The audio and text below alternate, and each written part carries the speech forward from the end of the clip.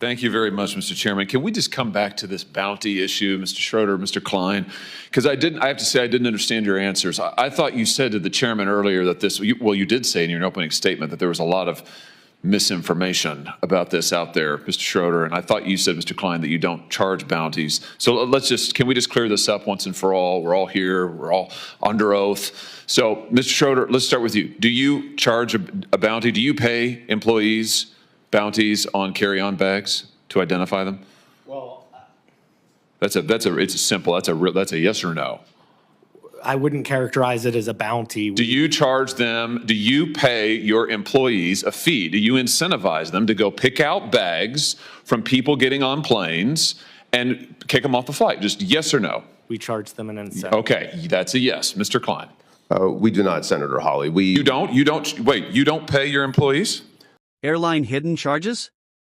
Today, a Senate hearing turned into a major showdown between Senator Josh Hawley and airline executives. The topic? Carry-on bag fees, hidden charges, and a shocking admission that some airline employees were being paid incentives to identify oversized bags. At one point, Hawley accused airlines of making flying a disaster for American families, while executives struggled to explain why passengers on the exact same flight can pay completely different prices for identical bags. What happened next left the hearing room silent. I mean, you guys do appreciate that flying on your airlines is a disaster, don't you? I'm slightly amazed by the general attitude of all of you here. Flying on your airlines is horrible. It's a terrible experience. I mean, I say this as a father of 3 young children, but I can't tell you, nobody enjoys flying on your airlines. It's a disaster. You charge people fees that they know nothing about. You harass them to death. I'll never forget, Mr. Johnson, during COVID when an attendant on your airline threatened my wife because our then 5-year-old son, his mask had slipped. This is back when we all had to wear those ridiculous masks. His mask had slipped below his nose. This flight attendant came up to my wife and said, if she didn't keep that mask over his nose at all points on this 4-hour flight, she would personally see that my wife was banned from flying. This has happened over and over to families. It's terrible. It's absolutely terrible. And your attitude here today seems to be, well, devil may care. There's nothing we can do about it. Well, I think we are going to do something about it. So how much have you paid people to pull out customers who are in line with a bag that's 2 centimeters too big, Mr. Schroeder? Well, we recognize this is a hard job, and so therefore we incentivize them to do that. How much? It's $10 per bag. Wow. $10 per bag. And I think, Mr. Klein, you and Mr. Schroeder, your airlines cumulatively have spent $26 million paying gate agents between 2022 and 2023 to catch passengers whose bags are a little bit too big. $26 million. I mean, if people want to know why it's such a terrible experience to fly, this is news for them today. Your airlines are paying millions of dollars to your employees to harass people who've already paid. They're there in line because they've already paid. It's unbelievable. By the way, let me just ask you this while I have you here. Why is it that you charge different people different fees for carry-on bags? Why is that, Mr. Klein?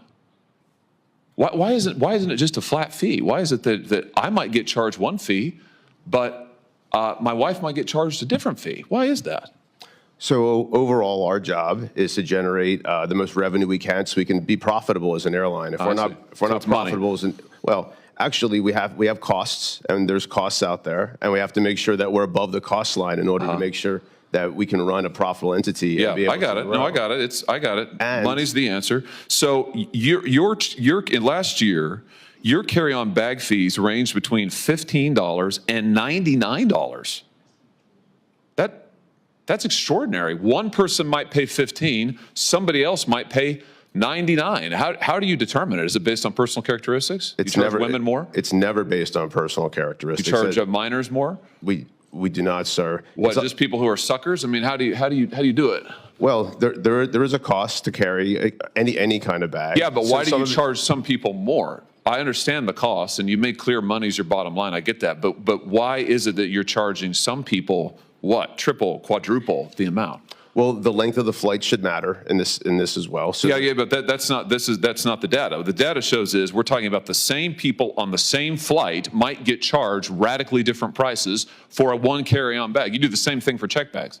Why is that? Right. So just for the record, the $99 charge has been reduced to $79 as a maximum. That's a lot better. And what ends up happening here is we want to make sure that we can get the best price to the best people at the right time. The best people? Who would they be? Sorry, let me rephrase. The right price. Are those the people who, what? I mean, no, explain it to me. I'm interested. Who are the best people? Well, that was the misstatement, sir.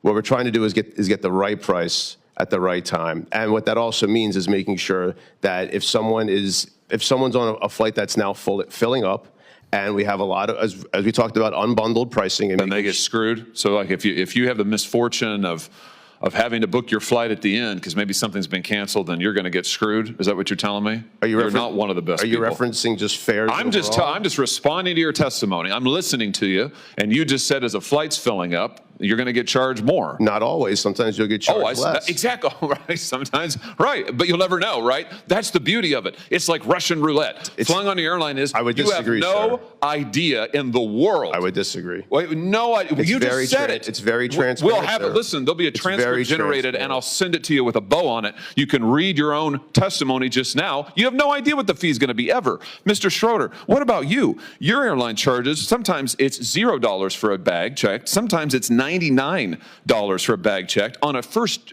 sorry, that's carry-on. Excuse me, carry-on. For check bag, it could go from $0 to $138.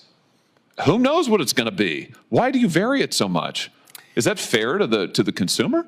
So it depends again on routes, and so there's just demand around that. No, but that's not true. We're talking about people on the same flights. Their prices may vary by huge astronomical percentages. Why is that? Well, that happens on airfare as well, and it does. And I want to talk about that next. I'll explain the model and how we think about things. So increasing ancillary historically has brought the fare down, and I brought up earlier that nearly 50%. Don't forget to like, comment, and hit the subscribers button for more political and controversial showdowns.